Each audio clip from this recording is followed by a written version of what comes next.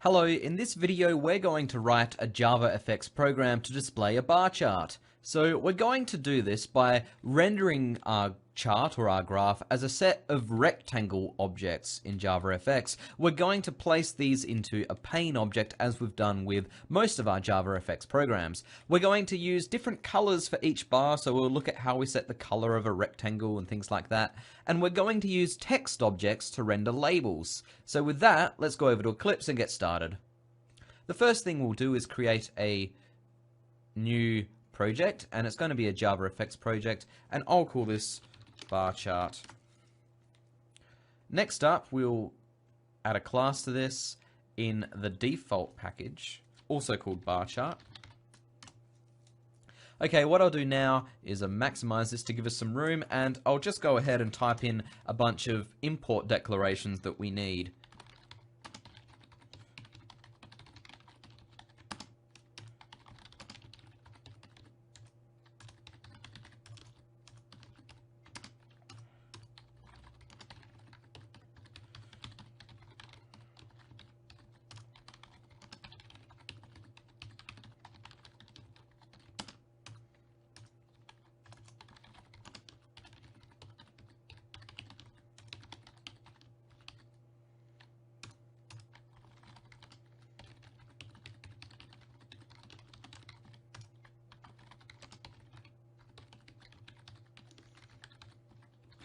Okay, so there we go. We've got application, scene, pane, color, rectangle, text, and stage. By the way, Eclipse will add these imports for you automatically when you start typing and it can't find a particular class that you are trying to use. It will do this automatically, but because I know what they are, I'm going to go ahead and do that. Okay, so next up, we will add our start method to our class.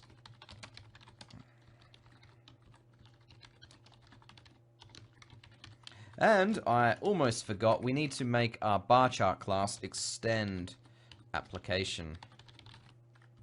Alright, next up, what we're going to do is immediately create the pane object that we're going to add all of our rectangles and things to. So we have a pane, we'll call this pane, and just use the default constructor. Next up, we're going to declare some variables for the height, the possible height for our graph, and the pane height. So double height equals, we'll set this to 300, and we'll also have another double called pane height and set this to 150. Now, what we're going to do next is create our chart. So each element in our bar chart is going to consist of a rectangle object and then a text object, which is the label for that bar. So the first thing we'll do is create our first rectangle. We'll call this R1, and it's going to equal a new rectangle. And if I just press Control Space here, you can see there are a bunch of different constructors for rectangle. So we have a default constructor, which creates an empty instance of a rectangle. That tooltip's going off the recorder, I'm aware, but trust me, I know what it says. We've got a rectangle constructor that takes a width and a height. We also have one that takes a width, a height, and a paint color.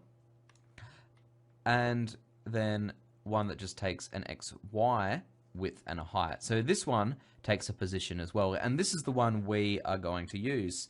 So what we're going to do is we're going to position this at position 10 in X, and then what we're going to do is, for the Y position, is going to be this: pane height minus height multiplied by 0.2.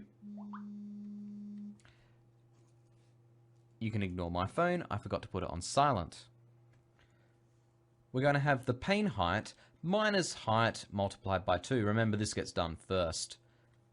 Alright, next up we have the width. I'm going to set the width of our rectangle to 100, and now we have our height, and I'm going to set this to height multiplied by 0.2 as well. So we've used height multiplied by 0.2 in both the positioning of the rectangle and its height. The reason for this has to do with where our rectangle thinks 0, 0 is. You'll see what I mean in a minute. Next up, we're going to set the color of our rectangle, and we're going to do this using the setFill method. So r1.setFill. Now, the color class has a bunch of constants set up for us to use, static constants. So we are going to use red for our first rectangle. Next up, we have to create the label for this bar. So we're going to use a text object for this, and I'll call this text1 equals to new text. And you can see again, there are a bunch of different constructors for us to use. There's a default one, which creates an empty object, one that takes a string for its text, and one that takes a string in addition to an X and Y coordinate. And this is the one we're going to be using. So we're going to position this at 10 as well. The position in Y is going to be pane height minus height multiplied by 0.2 and then minus 10. You'll notice that this is the same, almost the same as what we used here, except we've subtracted 10 to just move it down below our rectangle. The next argument is the actual string. So this is just a demonstration, so it doesn't really matter what we put in here, but anyway, project 20%, like that. So what we're going to do now is copy and paste this and create 3 more rectangles with different sizes, different dimensions. So 1, 2, 3. And I should have put some spacing in there. There we go. And it doesn't help if you copy and paste code that has mistakes in it, like forgetting to put a semicolon on the end of our line. A very rookie mistake, I have to admit. Anyway, what I'm going to do now is change our variable names.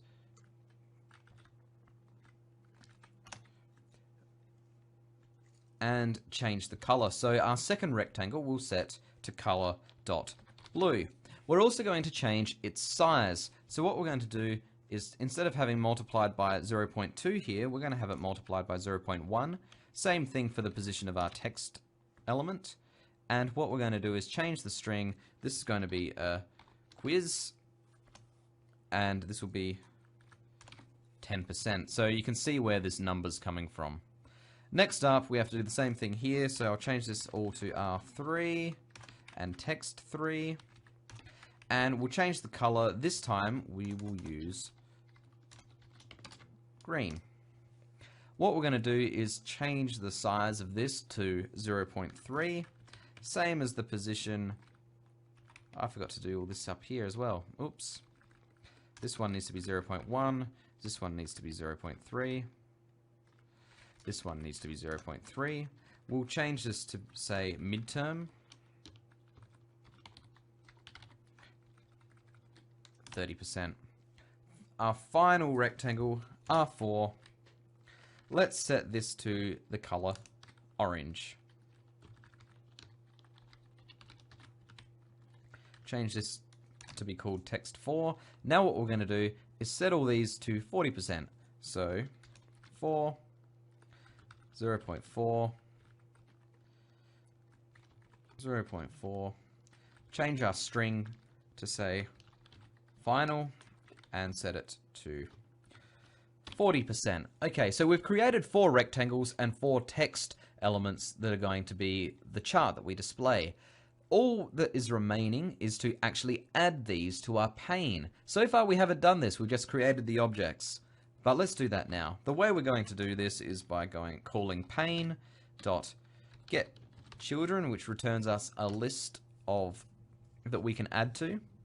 And we're going to call the method addAll. This is kind of, you can see here, takes an unspecified number of arguments of type node. The addAll method is really convenient for adding a bunch of different things at the same time. We don't have to have 8 different calls to add. We can just go addAll. And what we're going to do is add R1, text1, R2, text2, R3, text3, R4, and text4. Alright, so we've added all of the elements to our bar chart in one go. Next up, we just have some housekeeping to do to get this to display on the screen.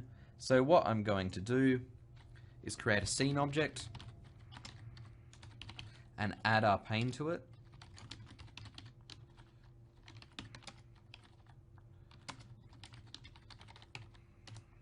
Then set the stage and title, set the title and the scene for our primary stage.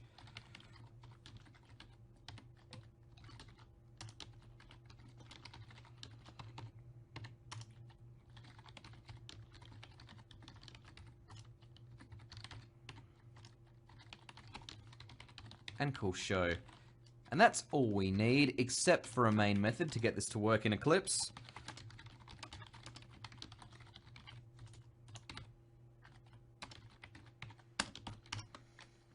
And I'll call launch. Okay, so that is all we need to do. So let's run this and see what happens. Oh, that didn't work exactly how we were expecting. Why is that?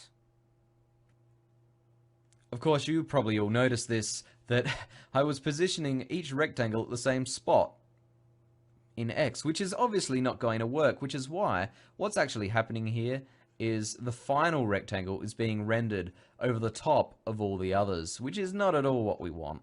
So anyway, let's fix this. What we need to do is just add the width of our rectangle to the subsequent one's position in X, and then add a little bit more for some spacing. So what we're going to do is go 10 plus 110 for our second rectangle. You know, we could just type this in, but this will work. Plus 220, and then 10 plus 330. So now, when I save and run this, you can see it's working a bit better. We've rendered everything that we need to do. We need to move the text as well, I suppose, to get this to work exactly how we want. So let's do that. The risks of copy and pasting code.